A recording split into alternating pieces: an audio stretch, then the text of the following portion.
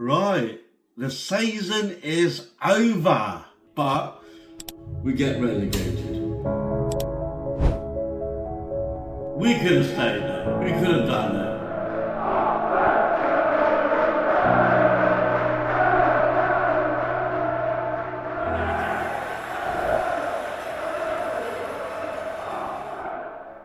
Who am I? My name is Faz Ullah. I've supported Oxford since 1981. From the moment we ended up going from the Championship right into the Premier Division, I remember that day as if it was yesterday, you know.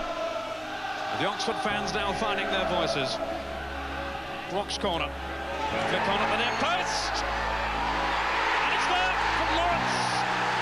The goal stands a scramble in the area. Good stuff.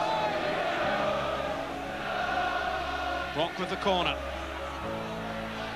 Lauren away. And Hebert. A lovely ball. Biggins! And it's there! Biggins has got it! Look at these scenes. They beat Manchester United here by 2 goals to 1. 1986, that's when we won the Milk Cup final. So we beat QPR 3-0 at Wembley on that day. What a day that was. I remembered Oxford, the highs and the lows, the good days, the bad days.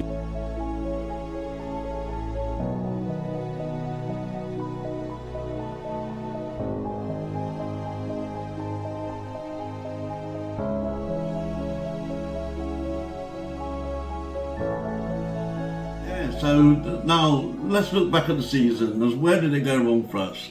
When you look at the season as a whole, first half of the season, there were good signs, some good promise. There was not enough consistency. Second half, the pressure kicked in, games became tighter, and we just didn't get the results that we needed. If I'm honest, there were games we should have won. And we were only 5 points away from safety. Those are the fine margins. That is what matters, and that is what should have got us over the line, those points. And that, you know, we should have scored against QPR at home.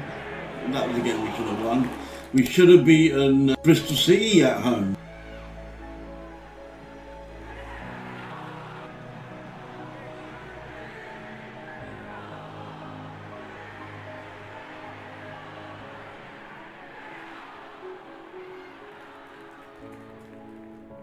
And then another match should have won was against Hull. I mean, those are the points, and that is what should have got us over the line. It was a pattern of missed opportunities, I would say. That game against Wrexham, where we lost 1-0, it's a must-win game, and you know it, boys. Why? Against Derby, first half, we were awful, we were dreadful. We weren't playing as if life depended on it. And what happens? We get relegated.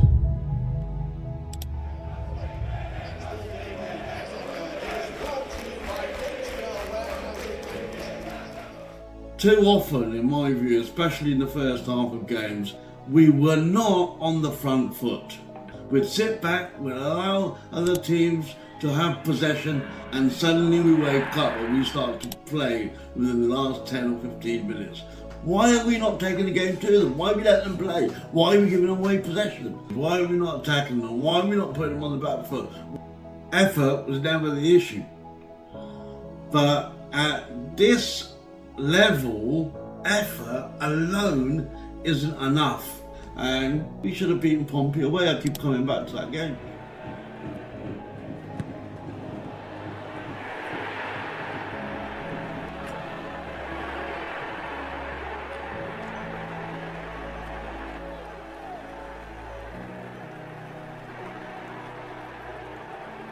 You know, 2-1 up. 3 minutes to go, and we end up drawing that 2-2, conceding a late goal. Charlton, you know, at home, 1-0 up, giving away a late penalty. What's all that about?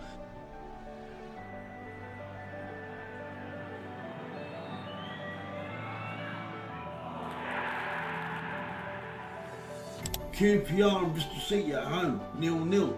That's moments. And over a season, those moments define you. And when you add it up, that's 6, 7 or 8 points we've let go. Just like that. And that's the difference between staying up and going down.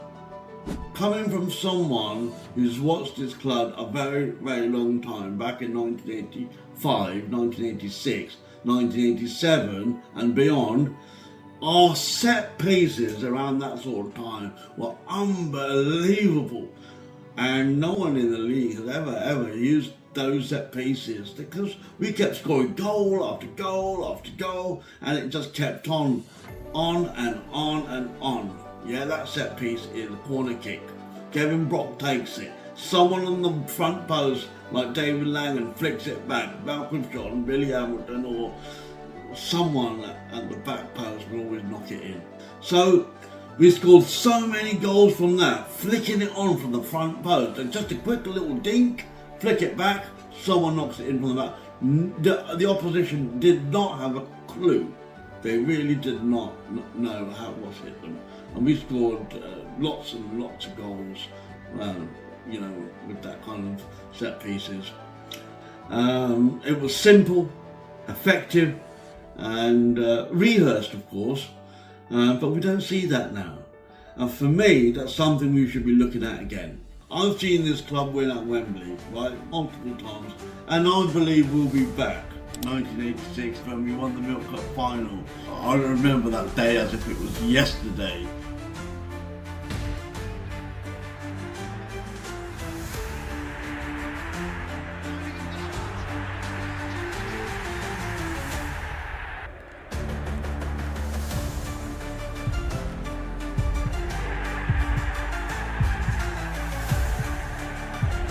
Even when we got promoted in 2010,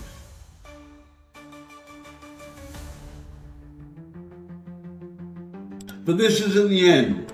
It's a reset, League One rebuild. When you look back at the manager, I think a lot of the fans will agree there were 3 concerns. Let me tell you about Des Buckingham first. Now, in my opinion, he probably should have been given more time. There was a vision there, and sometimes you've got to allow that to develop. And he had the hunger, he had the desire, he had the know-how, he knew how to make a team work. Yes, admittedly, there were a poor set of results that didn't go in our favour, and we were on the fringes of the relegation zone, I think 4th from bottom or 5th from bottom when he got dismissed. But I think he should have been given more time. I think that he wasn't given enough time. Yeah, because I think he might have come good. Yeah, if he'd been given more time, that's my opinion. And then came in Gary Rowett. Gary Rowett, for me, speaking to a lot of the Oxford fans, became just too defensive. There were games that we just drew that we should have won, and he came in to bring structure and stability. But if I'm being honest, we probably stuck with him for too long. Should have gone way before he actually did. And the transition to bringing a new manager took long as well. Yeah, and at this level, timing is everything. Then Matty Bloomfield came in, and I like Black Matty Bloomfield. I think he's brilliant. I think he speaks a good game, he talks a good game, he has a good style of play. I like the way he sets his team up. The formation is good. I don't know what happens when on occasions I go back to Derby away and Wrexham at home. Those two for me come to mind. I mean, Norwich at home as well comes to mind. I mean, what was he thinking of, when he put Sam Long in midfield? Okay, he made a mistake. He owns up. He said, I made a mistake, and I apologise for that to everyone. But, if you speak to Sam Long, he'll tell you that he's not a midfielder. He can't play there. What is wrong with communication? You talk to each other to identify each other's strengths, yeah? so we could improve as together. And that Norwich game, if we hadn't played Sam Long there, I believe we would have got something from that game as well, right? And then another mistake that he made was put Cam Brannigan at number 10 at the Wrexham game, right, further forward. I get thinking the late momentum, but again, it may have just come too late, you know. I mean, we beat Sheffield Wednesday, penultimate game of the season, 4-1. Where was that all season? And I'll say something else. From a business point of view, I think our target was too low also. We were aiming at around 50 points, and I've heard that multiple times all season. Get to 50 points and we'll be safe. What a load of codswallop that is, right?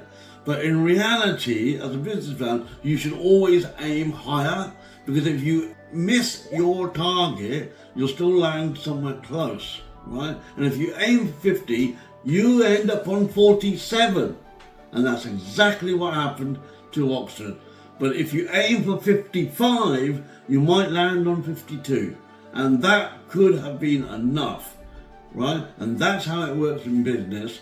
And it's no different in football. Now, going into League One next season, we have to be clear with our ambition. Second place finished around 90 points. Third was in the high 70s. For me, if you want to go up automatically, you aim for 90. You set the standard high and push for day one. No more just surviving. Next season it's about competing properly, and I believe we'll be back. So, Matty Bloomfield, we're relying on you to help us, to help you, to help this team, to give all the fans another season of joy. Because once we do, with the right manager, I'm sure, Matty Bloomfield, we can fight for those playoffs and hopefully bring in one or two additional players, because that's where we belong. And by that point, we'll have a new ground. Our new ground is going to be incredible. Winning the League One title. Good luck, boys. Let's do this.